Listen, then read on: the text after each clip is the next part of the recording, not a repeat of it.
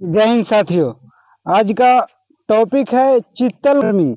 चित्तल farming में किस किस प्रजाति के साथ चित्तल मछली को हम कल्चर कर सकते हैं, या फिर आपका चित्तल मछली कितना साइज का अपने तालाब में छोड़ेंगे, उस पर विस्तार से हम आएंगे। तो आप सभी से गुजारिश है, वीडियो पे अंत तक बना रहें। आपका चंद मिनट ही लेंगे, 5 मिनट के अंदर 7 मिनट के अंदर आपका बहुत बड़ा जो हमारा 7 साल का प्रैक्टिकल है आपको बीच रखने जा रहे हैं। तल एक ऐसी प्रजाति है जो जिंदा मच्छी खाता है।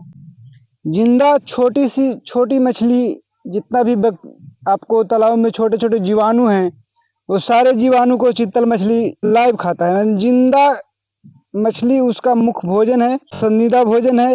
वो न फीड खाएगा आपको ज्यादा, यहाँ का भाषा में जानते हैं, जो पूर्वज जब नदी में जब उसको पकड़ते थे तो उसको मुंह बोलते थे। तो उसका कल्चर करें, जिसकी तालाब में वही, जिसको हम लोग बोलते हैं अपनी भाषा में, जिनका तालाब में ज्यादा हो गया है, ज्यादा मात्रा में है, तो वो चित्तल का कल्चर करें कम मात्रा में।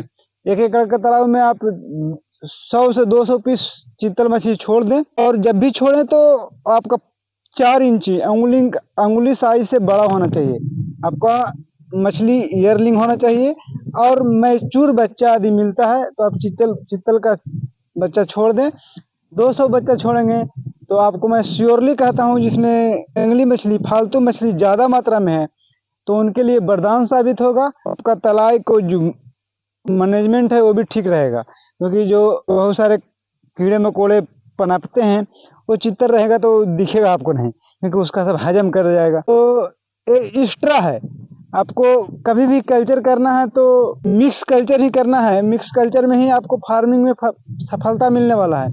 यदि आप मछली पालते हैं और बोरे के बोरे हम फीड खिला रहे हैं सिर्फ पंगास को, तो उसका वेस्टेज भी कहीं ना कहीं आपको समाधान ढूंढना पड़ेगा कि उसको मतलब अल्टर क्या उसका समाधान है। यदि आप उस पर नहीं जाएंगे तो आपका फार्मिंग सफल नहीं होगा, आपका फार्मिंग नुकसान में जाएगा। क्योंकि हम फीड तो पंगास को करा रहे हैं, लेकिन जो उसका वेस्टेज है उसको हम उपयोग नहीं करेंगे तो वो बेकार चला जाएगा।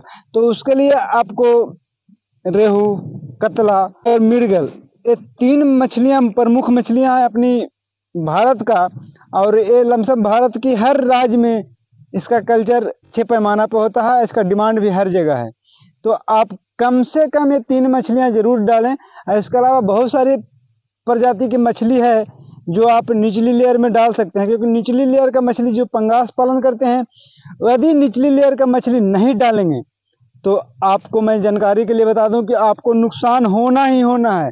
प्रॉफिट का तो भूल ही जाइए। यदि आपको प्रॉफिट भी हुआ तो उस टाइप से नहीं होगा जो मिक्स कल्चर कर रहे हैं, क्योंकि मिक्स कल्चर एक ऐसा कल्चर है कि आप 10,000, आपको उदाहरण के तौर पर ले देते हैं, यदि आप 10,000 पंगासियस की मछली पाल रहे हैं तो आपको जाहिर सी बात है 10-15 यानी 15,000 केजी आपको फीड खिलाना पड़ेगा। तो 15,000 केजी, आप मोटा मोटी रेशियो निकाल रहा हूँ, 15,000 किसी के यहाँ 12,000 में भी कल्चर हो जाएगा, लेकिन एक हमें एक्स्ट्रा एवरेज लेके चल रहा हूँ 1,000 किलो। आपको 15,000 केजी यदि आप फीड खिलाते हैं तो 15,000 केजी का जो बेस्ट मटेरियल है वो कहाँ जाएगा? आपका तालाब के नीचे। जब तालाब का नीचे जब बेस्ट मटेरियल जाएगा तो उससे तरह तरह के गैस निकसेंगे। उससे क्या होगा कि आपका तालाब का जो सिस्टम है, पीएच वगैरह है, वो खराब होगा। उसके लिए आप दवा डालेंगे, उसको कम करने के लिए दवा डालेंगे, उसको सुधार करने के लिए दवा डालेंगे। और यदि आप जितना खर्च दवा में कर रहे हैं, उससे उसका मात्र 25% खर्च ही कर करके यदि आप रेहू कतला का बच्चा डाल देते हैं तो आपका क्या नुकसान होने वाला है? कुछ भी नहीं। और यदि ये बच्चा डाल दिए, और आपको मैं श्योर कहता हूं कि यदि आप पंगास 100 लाइन का बच्चा डाले हैं, और यदि आप 50 लाइन का रेहू कतला का बच्चा डाल दीजिएगा, और एक सीमित मात्रा में, एक सीमित क्वांटिटी में रहेगा, तो आपको मैं लिख के दावे के साथ कहता हूं कि वो उससे बड़ी होगी। और यदि आप 1 एकड़ का तालाब में यदि आप 10,000 का कल्चर कर रहे हैं, तो 1 बीघा का तालाब में आप 10,000 का कल्चर कर रहे हैं, तो आप उसमें मात्र 1,000 पीस ही डालिए, तीनों का मिक्स करके 1,000 पीस, यानी 3 या 9, 1000 पीस डालिए, आपको 1000 केजी की जगह पर यदि वो 700 केजी भी यदि वजन ठहरता है, 7 दूनी 14, यानी आपका 1.5 लाख रुपये का सिक्योर बेनिफिट देगा, जो कि आपको मेडिसिन कॉस्ट भी बचाएगा उसमें, और आपका वो शुद्ध मुनाफा हो गया। उसमें कोई फीडिंग कराने की जरूरत नहीं, पर आपको कोई किसी तरह का झंझट नहीं। तो आप इस तरीका से कल्चर करें, और इसी तरीके से मैं नए नए वीडियो पे, नए नए टॉपिक पे आपका प्रतिदिन कुछ न कुछ वीडियो लाता रहता हूँ। आप मछली पालन से जुड़े हुए हैं तो एक दूसरे का विचार आदान प्रदान होना जरूरी है।